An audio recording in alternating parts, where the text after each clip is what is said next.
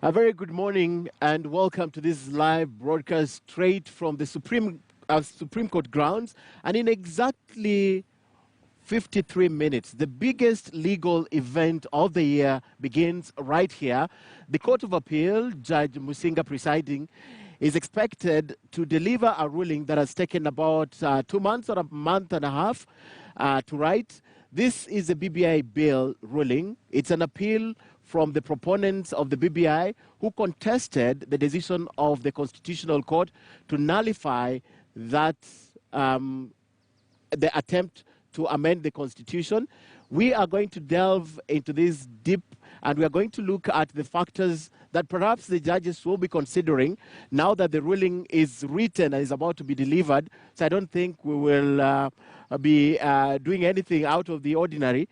But there can only be two outcomes in this case. It's either they affirm the High Court ruling or they grant the proponents of BBI their wish, which is to continue with reggae. My name is Ken Mijungu, and with me this morning is Alutalala Mwana. He's an advocate of the High Court of Kenya. HARRIET CHIGAI, also an advocate. Nerima Wako, Siasa Place Executive Director, and Dr. Eric Komolo, also an advocate. Ladies and gentlemen, welcome to our live broadcast. I guess the right place to begin this morning is, why are we here today? And I'll begin with you, Wakili. Yes, why sir. are we here? How did we get to this point that we now have to wait for a court of appeal ruling? Thank you, Ken, for having me. We are here because on March 9th, 2018, two gentlemen, His Excellency the President Uhuru Muigai Kenyatta and the former Prime Minister Honorable Odinga, agreed that they wanted to work together and did what they call the handshake. Okay. Now, they then decided that the handshake, informal as it was, a deal between two gentlemen, would eventually be cascaded into a constitutional amendment. In other words, an informal arrangement between two gentlemen eventually becoming a monumental moment for the nation in terms of constitutional amendment. Okay. And it is exactly in the manner that it originated that we are here. Okay. Because in the manner in which it originated, it was an agreement between two gentlemen. Whatever the details were, remain known to the two gentlemen. The nation only knows what we are told. And therefore, because it started in a manner that was not participatory, in a manner that was not exclusive, that explains why the civil society groups and all those petitioners went to court. Okay. So we are here because the handshake which birthed the reggae was not birthed properly, Okay. according to the petitioners. According to the petitioners. Yes, sir. All right, Harriet. While we're here today, and when I ask that, I'm thinking about, because one of the things he has alluded to is an arrangement between two gentlemen. And this is one of the things that came out from the High Court, that they don't have capacity to institute such a process. Thank you very much, Ken, for having me here today. It's very simple. It's a political process that now we have to institutionalize it. Okay. When we look at the history of how we got ourselves to this amorphous thing called handshake, you remember very well after the elections, there was a lot of anxiety as to where this country is going to go. And from a simple handshake, which was a symbol of peace, to now various discussions on how we are going to sit in power, share that power, and to be able to lead together, Okay. is the reason as to why we are seated here. Okay. Because despite the fact that one office is well defined, the other one is not. Okay. The other one is power that is just being flagged, or it's just moving with the wind, or it's moving with the change of time, you know. And it's power that now sits at a place that is now not well defined. Because what is it? There's a deputy president, we have a president, and we have a third force. Yeah. The third force took a handshake that has seen to have created a lot of anxiety and a lot of institutional divergence in terms of thought process, in terms of leadership, in terms of power. and it's all about power. So the question then is, where are we sitting this power? Okay. How are we sharing this power? How are we institutionalizing this power so that we are all defined? We all have proper terms of reference in how we want to conduct our business of the day. Okay. So that's the reason as to why we are here today. Okay. Started well, but let's see how it ends. How it ends. How Thank it you. ends. And Nerima, this is a very important process, not just to the proponents. And I'm thinking about how the constitutional amendment bill was passed. And I'm not only thinking about the proponents, but I'm also looking at the people who are around it, the members of county assembly, the people who did the public participation, right? Parliament that okayed this. And I'm thinking, regardless of what happens today, there are people right behind that think it should have not even ended up in court. So looking at that, why are we here? Is it because of an opposing side, or it's because it had to get here so that we set legal precedents? Thank you, Ken. Good morning. Good morning. I think that it's a number of things. We're here because of process. Because you've mentioned that there are a number of people who supported this initiative to begin with. And the numbers are up to 3 to 4 million. So it's a large number. It's not very small, considering that our population is just over 47 million. So what we need to understand as the public is how important process is. We have to take process seriously. When we look at democracies in Africa, the issue has been leadership, the executive, coming and making amendments to the constitution more likely to extend their term limits. Okay. And that's something that we are working to move away from. We are hoping that this constitution that we continuously say is progressive is the rule of law that protects all citizens, no matter the ranking. Because one day you can be president, the next you're an ordinary citizen. We give you the power to be the president. And the constitution in chapter 1 talks about the sovereign power of the people. So the Kenyan public just needs to understand that process is important. And the first time when this handshake came out, the fact that the public participation wasn't necessarily inclusive. When we talk about the majority population being young people, 75% of them, and a number of young people didn't necessarily interact with the public participation process, we have a problem. When you talk about national cohesion and the 9 issues that were mentioned within the BBI, a matter of focus, when we have the majority population not interacting with it, then we're not talking about the future of this country. They have to be at the forefront. They have to be the change agents. They have to be able to understand, live and breathe these processes. So the fact that several steps were skipped, and even when we talk about the validation process, they tried really hard to go back to the public and go to the different counties. But again, it was overtaken by politicians. Okay. We saw people now using it as campaign rallies and governors endorsing for 2022 succession plans. Okay. That's why I believe we missed the ball. I think the beginning had good intentions, and then it became politicized, and now here we are discussing the future elections and the leadership of this country instead of the national cohesion of this country. Okay. Very interesting, Daktari, because regardless of what happens today, Yes. Kenyans have hope.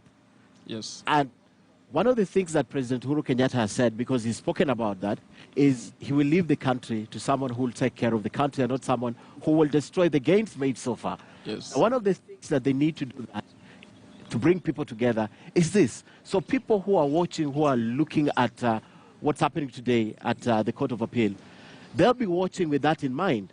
Yes. Are we going to the next election together as Kenyans, or we are going divided as Kenyans? Look, thanks for having me, Ken. Perhaps I should answer the first question, why we are here. Yes. To my mind, it is clear that we are here because institutional development in Kenya is quite understated. Many people, including political players and perhaps myself, who is a political player somehow, do not appreciate the processes that institutions like the judiciary have gone through to be where they are, to be able to audit policy decisions, formal or informal, that political players make on a day-to-day basis on behalf of the country. And certainly we are here because the policymakers also underestimate the power the organizational power of civil society and independent institutions and things like that. So I think, contrary to perceptions that members of the public may have, the truth is that we are here to celebrate Kenya and to see that in Kenya you cannot really be a dictator, so to speak, in terms of having your way, particularly when it comes to serious restructuring of government. So I think we should just celebrate the process. I don't think it is ending today because this is about testing the law, whether it works or not. And I suppose that we are going to have to test this court and then definitely the Supreme Court in the coming weeks and months. Having said that, inclusion in Kenya or what the president and the former prime minister are working on is a very broad thing. And it needs to be understood based on context. So political inclusion is certainly an environment that presupposes that several competing players come together. And I've said elsewhere that I think that at the core of it, BBI process was an attempt to agenda coalition building in Kenya, but using formal law processes. Okay. Remember, it is also possible to bring about coalition building in Kenya in terms of political parties working together without having to change the law.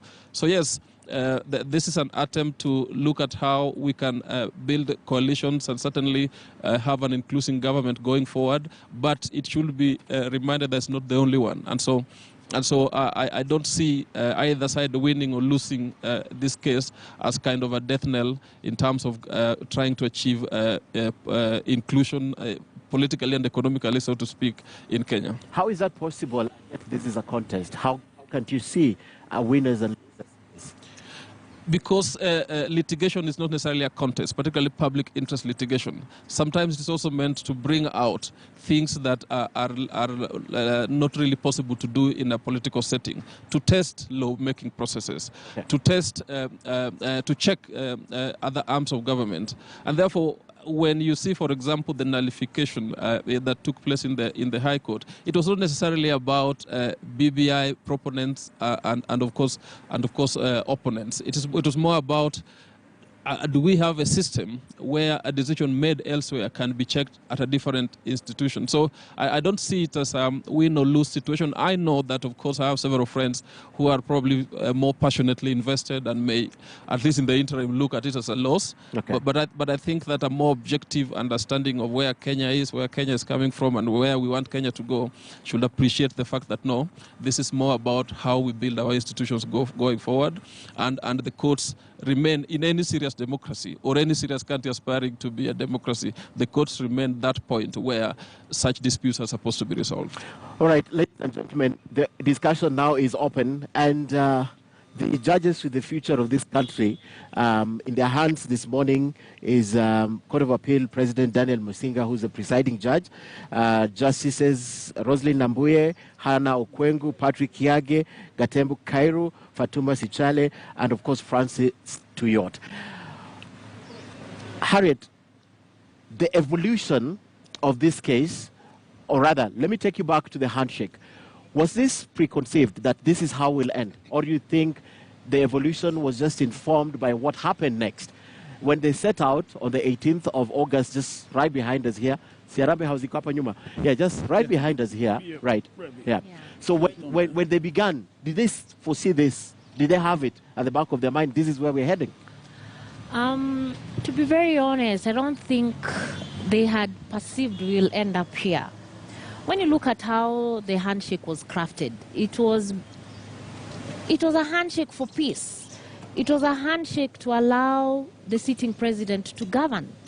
When you look at the elections and how it ended, to the extent of us having a swearing-in ceremony of the people's president, you can imagine the emotional bargain that Kenyans had been put through. Mm-hmm. And that is the cure that we were looking for at that particular time. Okay. I want to believe it was supposed to be a short, long-term peace negotiation whereby we agree that, fine, I beat you to this, but we can work together. So it's the working together that was the reason as to why the handshake was conceived. I want to believe that. Okay. But with time, Billy, you and I know, the moment you sit in a position of influence, it's very hard to let go.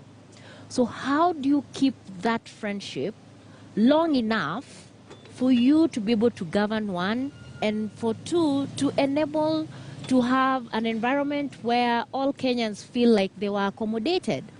And that is why when the discussion started and the first team was put in place to look at how this handshake is going to unravel, of course, the bright minds started thinking, is this handshake for today or is this handshake long-term? So it was born along the way? It was born along the way, you know, the thinking process. By the way, if you want to know that it was not well crafted from day one, it's because we are seated here today. Because if it was well crafted, we would not even end up in court because it would have been systematic, would have a clear strategic plan to deliver the 10 years and after. And the how. So if you see the process is not, the process was not well thought through. And the how and where we want to go was also not thought through properly. And that is why we are here. That's why we're here. Yes. Well, you know, my sister is a diplomat. And every time she speaks, I see a Kofi Annan reincarnate, even where the truth is that he ought to have put it the other way. And my brother there was also... Amen to that. And my brother there is also being very philosophical. When he says that he sees this as a test of the systems. Of the Constitution. Stretching the Constitution. Stretching the Constitution. That sounds a very good master's class of law. But Ken, sometimes it's good to lay bare these facts. Because the people down there really need to know what exactly informed all this process. The two gentlemen clearly had the intentions. Their intentions were kept hidden from everybody else except themselves. So my sister, when my sister says that it was not well crafted, she's being polite. These guys crafted it. The difference is that what they told us is not what they meant. And therefore she's right to say that it was not well crafted. Because the benchmark is what we were told. From 1997, Ken, Honorable Raila Odinga only ran once on LDP as LDP. Since then, he has consistently formed coalition after coalition after coalition to date. And each coalition is always a new pair, except the very few exceptions. Therefore, after 2017, it's my view that Honorable Odinga needed to clean himself of the NASA pairs and have a new coalition for 2022. That explains why he did in secrecy. I mean, why would you leave your NASA principles and do it in secrecy? So he needed to clean NASA and move on to have 2022 with a new pair. That's exactly what he's doing. On the other side, in my view, the son of Jomo had had enough of street demos. And he knew he needed a safe last term. And therefore, the only safe last term will be guaranteed by giving the son of Jaramogi the trappings of state power. Have the red carpet, have the red berets, have the fuel guzzlers, have the police protection wherever you go, and sit next to me in every session. That will keep demos out of the street. He has succeeded. And therefore, where we are now, for the public, it may appear a paradox, but for the two gentlemen, they are well calculated. They have achieved what they've achieved. The son of Jomo has managed to contain the demos, he has managed to contain Raila Odinga. Raila Odinga, on the other hand, he is effectively getting rid of his NASA core principles and is now charting a new way with a new pair. So in my view, this particular day must serve as a lesson that our politicians must stop using phrases, our people, nation building, peace, in the name of their own interest. What peace? We were not fighting. It is the politicians who fight and who cause us to fight. This day must go in history as a culmination of the machinations and hypocrisy of our politicians in the name of Wanjiko. They don't do it in our name. They do it in their own interests. Why? On that note, we could add the Atieno's Nakumicha in the phrasing of Wanjiko. Thank you. Because it has been misleading for a very, very long time. When you say Wanjiko, who's Wanjiko? Okay. Who told you it is Wanjiko? Okay. So can we then bring the, everybody else? Even Imran is part of the nation. Okay. And that is the reason as to why when we start talking about the political class, we take it back to tribalism, because we are so tribal in the way we think that we have forgotten that the country has several other tribes that form the nation. So we need to stop. We need to stop this Wanjiko paraphrasing and all these things and just bring Kenyans together in one basket. Okay. Ken, so there are two ways to look at this. The first one is to look at the real politics that informed BBI handshake and all that. And on that, I totally agree with Dr. Lutalala, that of course the president needed peace to at least govern. And of course, the prime minister needed a process of then coming up with a new coalition going forward. And certainly he had appreciated the role of the state in declaring people as winners, so to speak, in Kenya. So the role of the state in politics. But there's also the second way to look at it, which is the process of lawmaking, which I think is why really we're here. As to post-2010 constitution, you can proceed with significant processes of lawmaking, including constitutional amendment, through a process that, quote-unquote, is not participatory, or reverse participation. Okay. That's to mean you start it, and particularly when you are talking about changing significant structures of the constitution, you start the process and then come and consult Wanjiku at a later stage. Okay. So if you look at it from a more, what he calls a masterclass, but a more of lawmaking process, then you realize that we are here to really, really celebrate Kenya, to appreciate that, okay, reverse lawmaking may not work going forward.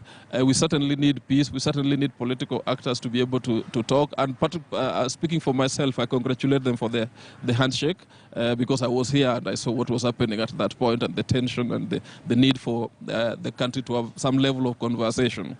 But I totally disagree with them when it comes to the process of reverse lawmaking. Okay. In terms of assuming that, when you are going to do significant changes to the constitution, particularly when what the High Court judges called a basic structure doctrine, that seems to be new in the mindset of many people in the public, but it's not a totally new doctrine in constitutional lawmaking processes. So to the extent that we are talking of lawmaking, we are here to celebrate Kenya, but importantly, we are here to also try to remind political actors that you have to follow a process that it is inclusive, but it's also envisaged in the formal constitutional document. So I think that's how to look at it both ways. But real politics, I agree with the Dr. All right, ladies and gentlemen, we are taking a short break. When we come back, Nerima, I'll begin with you. I want to look at the people who went to court, the petitioners first, right? The High Court. And I want to look at those people, their record in terms of protection of the Constitution and the institutions and what they believe in, and look through their mind if they were in court because they really believe that we should not be amending the Constitution, or they were in court for other reasons. So first, we take a short break, but we're back in a moment.